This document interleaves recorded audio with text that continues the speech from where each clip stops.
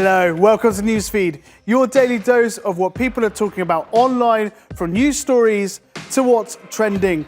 With just a day or so to complete his acquisition of Twitter, Elon Musk made a visit to the social media giant's headquarters in San Francisco, carrying a porcelain sink. The Tesla CEO has tweeted, "Let that sink in," with a video of his staged entrance.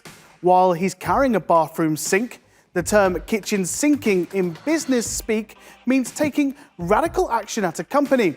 Musk also changed his description on the platform to Chief Twit and his location to Twitter HQ.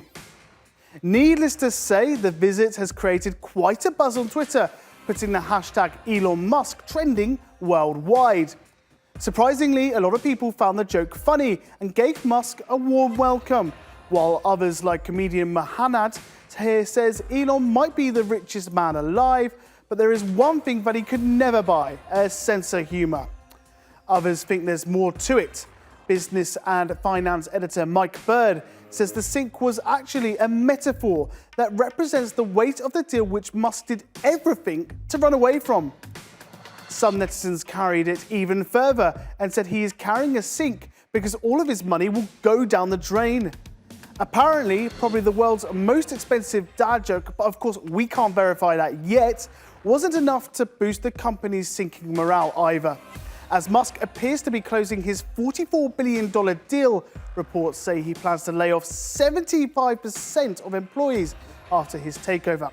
Former US government official and author Juliette Kayyem says a lot of people will lose their livelihoods and the deal is fundamentally cruel. And despite a busy day, Elon still had time to crack one more joke. He decided to criticize a New York Times hit piece on the billionaire's involvement in foreign affairs. The paper called Musk a geopolitical chaos agent for his suggestions about ending the conflict in Ukraine, tensions in the Taiwan Strait, and protests in Iran. The Tesla CEO chose to mock the newspaper by tweeting their word back at them. He says the paper is a chaotic actor in global politics and their interventions in some of the world's most intense conflicts have been a boon. He then mocked the anonymous sources the Times used to make their case, adding a crying laughter emoji. Many netizens were quite surprised at the fact that the chief Twit decided to use this, what they call a new toy, to pick a fight this quickly. This user suggested that maybe Musk wants Twitter to have the same popularity and respect as the New York Times. On the other hand, many applauded the billionaire and chose to draw attention to the issues in Ethiopia and Eritrea, accusing the newspaper of spreading both misinformation and disinformation. And lastly, a lot of the tweets like this one here jokingly said Musk should buy the New York Times as well.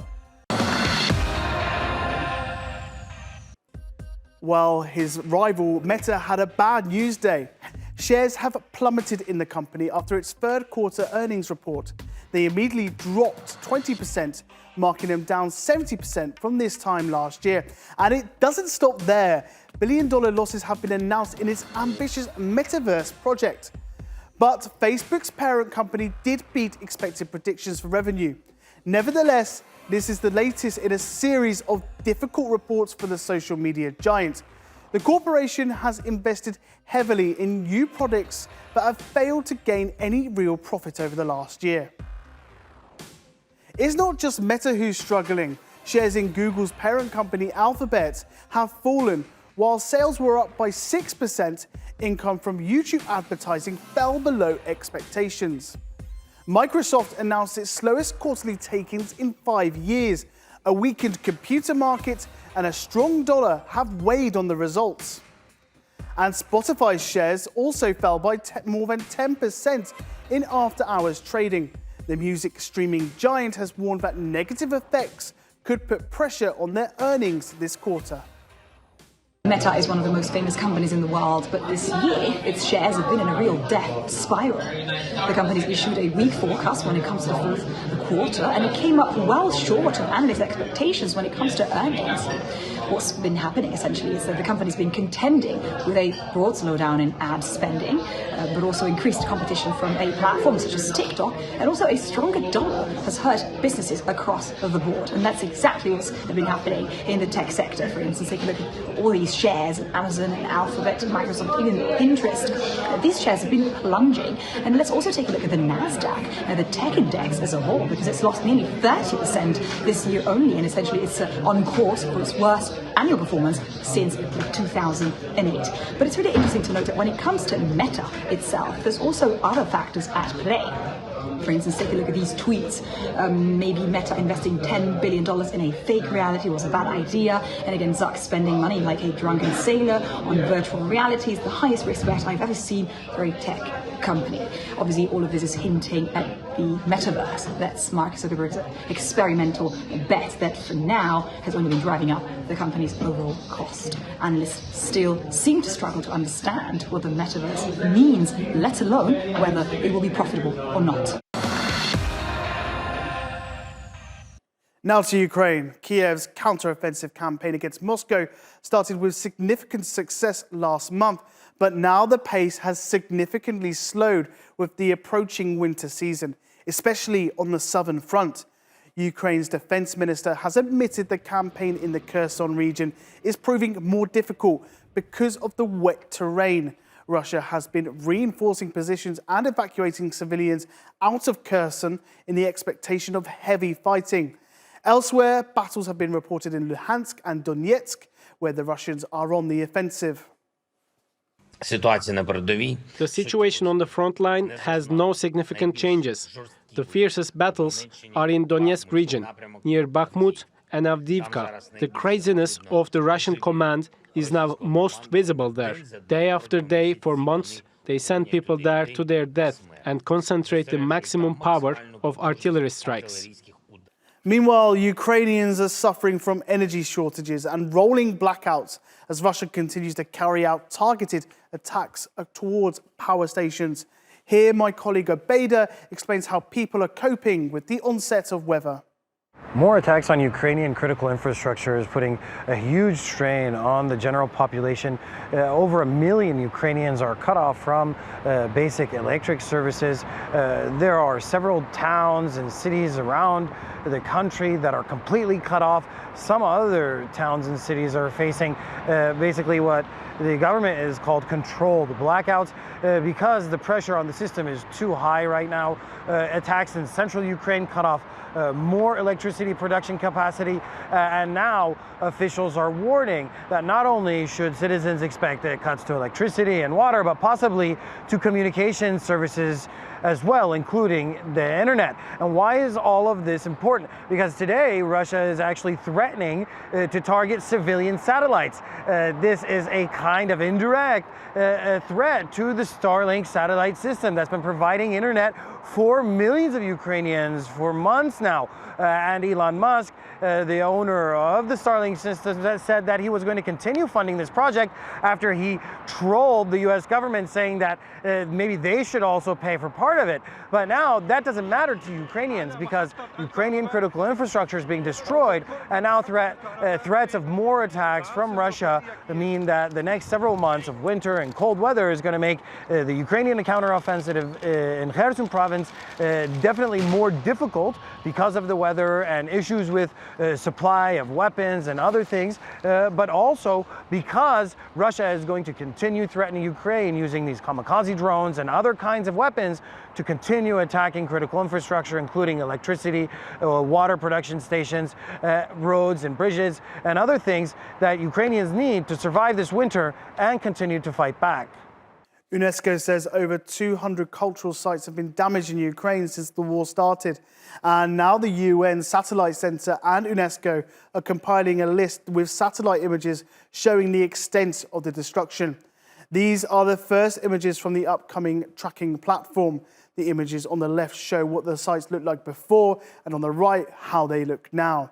The drama theatre of Mariupol was one of the landmarks that was damaged. A Russian airstrike in March killed 600 people that were taking shelter.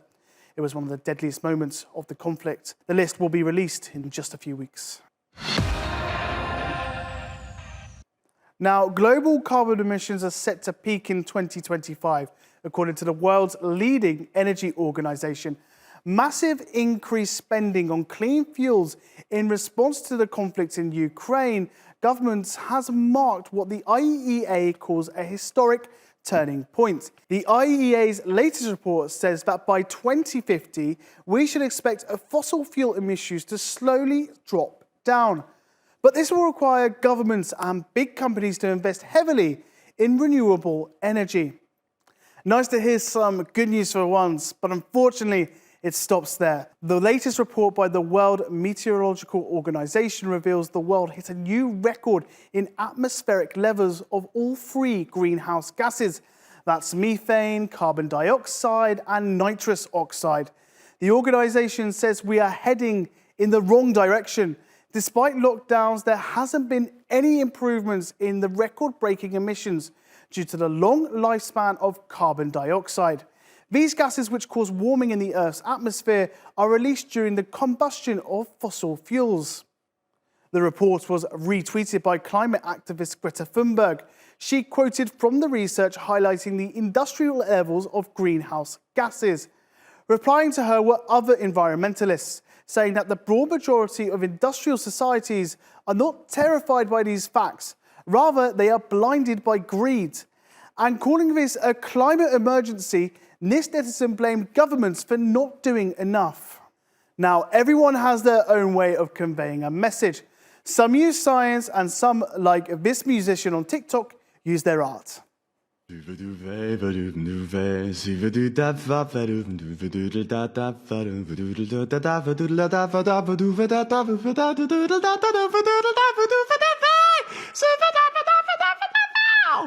But what if we helped you visualize what it all meant? This is how much greenhouse gas emissions New York City produces in just 1 hour. And watching it grow this fast is mind-blowing. All this greenhouse gas is produced in New York City in just 1 second. And in 1 day. And in 1 year.